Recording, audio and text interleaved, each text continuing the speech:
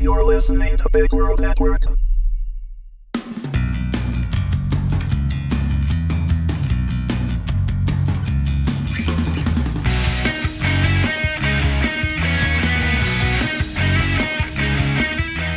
Just Kill Me, Episode 2, Tearing the Cheesecloth. Written by Wendy Herman. Read by Wendy Herman.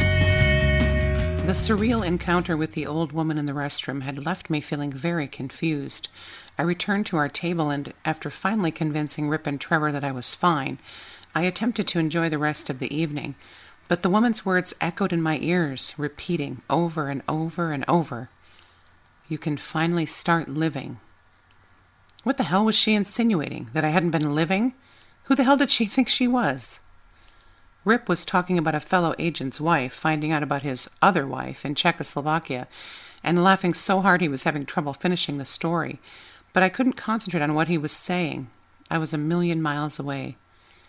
I'd seen hundreds of movies on Lifetime about people finding themselves, discovering their true callings, and suddenly attaining this unbelievable happiness, and I'd always thought that I was already there, at the end of the journey with them. I mean, I had everything. A good husband, healthy kids, a beautiful home, and a bank account that allowed me to indulge when I saw something pretty I couldn't live without. Like those God-forsaken boots. The boots. Before the incident, those boots were the most important thing in the world to me, at least at that moment in time. Now they represented my paralyzing naivety, nay, stupidity, which I was beginning to realize was as big as an aircraft carrier. Those were some big boots. So big I felt like I was being crushed by the mere thought of them. How did I go from an innocent pair of boots to an aircraft carrier? And now I was imagining an aircraft carrier wearing a pair of black leather boots. I was heading for Crazy Town on the express train. Releasing a sigh of frustration, which no one else at the table noticed, I realized I was angry. Who was this mysterious stranger who could utter 5 simple words and throw my life into such turmoil? Wait, the quarter had done that, days before I even met the woman. So what was the purpose of us meeting? Why did everything have to have a purpose? At this rate, I would be certifiably insane by the time Rip finished his story. I managed a small smile at Rip, who was now dabbing his eyes with a napkin, to make him think I had been listening, and took a deep breath. I needed to reason this all out. What did I know? I knew that up until a week ago, I had been perfectly happy with my life. I had had no complaints. Then Rowan decides to try to chew a quarter like a piece of juicy fruit, and bam! I'm catapulted into a world that is so crystal clear and vivid, it literally hurts my eyes. I get through the week hoping and waiting for my daymare to end, but it doesn't. Then there is this peculiar rendezvous with a nice old lady, an old lady who, as I now recalled, must have been stunning in her youth. She had resembled Elizabeth Taylor, so put together and classy. My thoughts drifted to the famous beauty, and I remembered the old commercials with her seen through thin, flowing white sheets, like cheesecloth. I grinned at that memory, and the idea that the makers of the commercials thought they were fooling anyone. They used the cloth to hide things they didn't want the audience to see, like the natural signs of aging that might have been evident on the beautiful, iconic actress. Is that what I'd been doing the past 40 years? Hiding behind a wall of cheesecloth to avoid seeing the world the way it really is? I was deep inside my mind, trying to untangle my thoughts and make some sense of them. I honed in on the memory of the Liz lookalike in the restroom. I hadn't noticed her in the restaurant, neither before nor after our short but profound conversation. Who was she? Had she been sent from a higher power to help me understand what was happening to me? Her brief message had affected me, I was sure, irrevocably. I can finally start living. Through the fog occupying my brain, I deliberately reached for that thought. The boots tried to block my path, but I shoved them away with my determination. I knew if I could grab hold of her words, I would be able to focus again, or for the first time. It was like swimming through canola oil, but I slowly inched forward. My husband's face appeared, telling me everything was fine the way it was, but I ignored him. Then Ellen DeGeneres was there, urging me on. What the hell was she doing in my head? She raised her hand as I passed, and we high-fived. I could do this. When I was close enough, I reached out as far as I could, noticing my virtual arm could extend a lot longer than my actual arm, and grasped at the words floating in front of me. They instantly evaporated except for the word living. I tightened my fist and refused to let go of this one vital word. I brought it to my chest and embraced it. Suddenly, I realized it had transformed into a new baby, soft and smelling of cookies. I hugged the baby as it cooed at me. Then Rip was there. Wait, he was sitting in front of me at the table in the restaurant, wasn't he? Yes, he was. I had returned to my body, and Rip was looking at me with an unusual intensity in his steel gray eyes. His mouth was moving, but at first I couldn't hear what he was saying. Then the sound returned. You did it, Freya. Now don't waste any more time. What? Was he talking to me? I turned to Trevor, who was taking a sip of his wine, trying not to snort it out of his nose as he stifled a laugh. What was so funny? I realized Rip was laughing too, still trying to complete the story of the man with 2 wives. I gazed at him, confused. He caught my gaze and cocked his head, more confused than I was, it seemed. I noticed him glance down at my arm, so I did the same. The baby was gone, but my arm still held the cradle shape. I let them fall onto my lap and looked back up at Rip, but he was talking to Trevor now, like nothing had happened. In fact, they both seemed completely oblivious to the internal journey I had just taken. Thank God.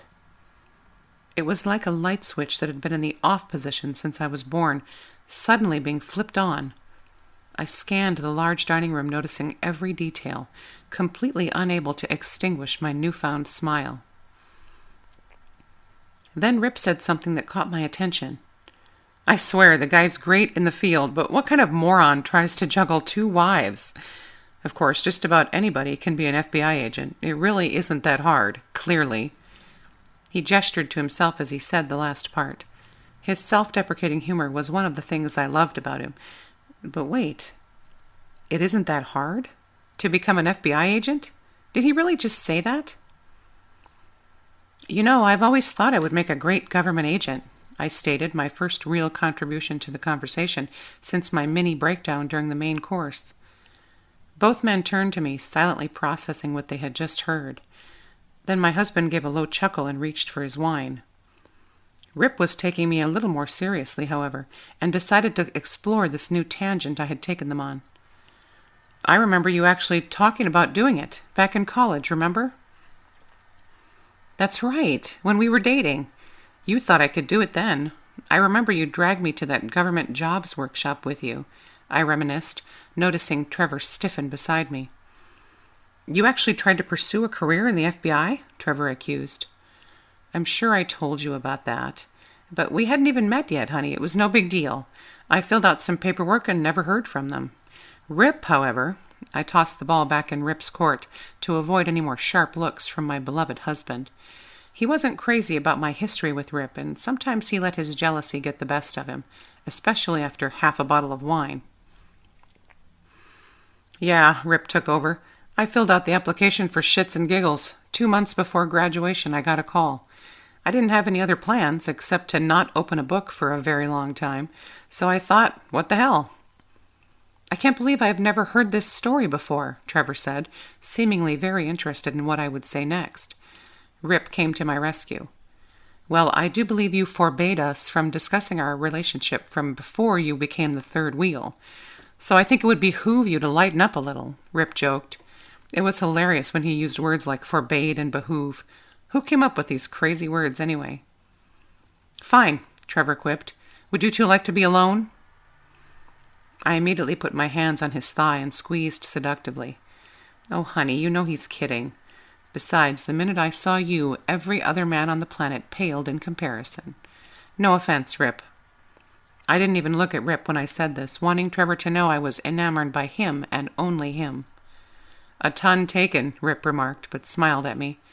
My ancient romantic relationship with him seemed a world away and a lifetime ago. We were much better for each other as friends, and nothing more, and we both knew it. Trevor resisted making eye contact with me, but finally I prevailed, and he couldn't maintain his scowl. He knew he was the only man for me, and as his eyes softened, I was reminded of how he consistently made me feel like the most beautiful woman in the universe. He was fluent in my love language. Then it hit me. The reason for his behavior the past week, his lax reaction to the near-death experience of our youngest child, was a defense mechanism built to shield him from the real emotions he would normally have felt, the emotions I had felt that day: confusion, horror, helplessness. How could I forget his tendency to downplay very intense situations when it was too much for him to handle? I suddenly felt a pang of remorse for the way I'd treated him since the incident. He just wanted to forget about it and move on, and I wouldn't let him. He was talking to Rip again, seemingly back to normal, but I reached up and gently touched his cheek. He turned to me, closing his eyes briefly while he leaned into my hand. I raised my chin until our lips met and gave him a long overdue kiss. Rip cleared his throat after a few seconds, clearly feeling awkward. "All right, you two, give it a rest. This is a family show, you know," he commented, actually sounding a little irritated. I pulled away reluctantly from my sweet hubby to give Rip an exaggerated look of daggers, but immediately regretted it. Although it had faded quickly, I could have sworn I detected something unexpected in his eyes. Jealousy. I quickly dismissed it. Then, remembering what I had set out to do a minute before, I questioned Rip. "So, what would it take for me to become an FBI agent now?" Trevor, who had been finishing up yet another glass of wine, nearly choked at my words. Rip, however, gave me a triumphant smile. "Are you serious? 'Cause I don't want to find out I'm being played here," he asked. "Dead serious," I replied. I was. Rip's smile was bigger than ever. I don't remember much of the drive home from the restaurant, except that my husband was sure my considerably enhanced mood throughout the evening was all his doing. I didn't argue. Normally I would have been embarrassed at my teary performance, but I was feeling so renewed, nothing could get me down. My husband reaped the rewards of my improved spirits later that night by a not common enough visit from my alter ego, sexy wife. After the last 6 days of stressed mommy, she was a welcome sight, and had not lost any of her mojo, if I do say so myself. Herself. I woke up the next morning ready to take on my new brightly colored, ultra-fulfilling life, foolishly believing it would just happen. I knew the normal daily routine couldn't be avoided. I was still a wife and mother first and foremost. I made breakfast, sent Trevor off to work with a passionate kiss, emptied the dishwasher, gathered the laundry, got the 3 boys dressed, fed, and on the bus. Then I started the laundry, cleaned the kitchen, and was just heading to my fridge to prepare my morning drink of almond milk and liquid chai latte mix when my neighbor and best friend, Talia, appeared at my back door. She entered the kitchen without knocking, which was usual, but what wasn't usual was her attire. Her normal skinny jeans and snug t-shirt had been replaced by what appeared to be workout clothes, and her usually perfectly done hair was pulled back in a low ponytail. Uh-oh, here we go, again. "Good morning, Freya. It is gorgeous outside," she announced. She always mentioned the weather when she was trying to throw me off the scent of something else. "What's his name?" I sighed, needing no prompting whatsoever. We'd danced to this song many times. "What? Whose name?" she asked, a little too innocently. "Tal." I stopped pouring my milk, looked her in the eyes, and waited. A few seconds passed before she released her breath and hopped up enthusiastically onto one of my breakfast bar stools. "His name is Lars. He's the new Zumba instructor at the Y. Please, please, please, can we go to his class? It's at 9. I don't think she paused to even take a quick breath. I smiled and shook my head, then glanced at the clock on the counter. 8:15. "You're lucky," I said. "I know," she replied without hesitation, then seemed to consider this. Why am I lucky again?" "Because you happen to have caught me on the first day of the rest of my life. And I think a new workout is the perfect way to begin." "All right, brand new day. Let's see what you've got."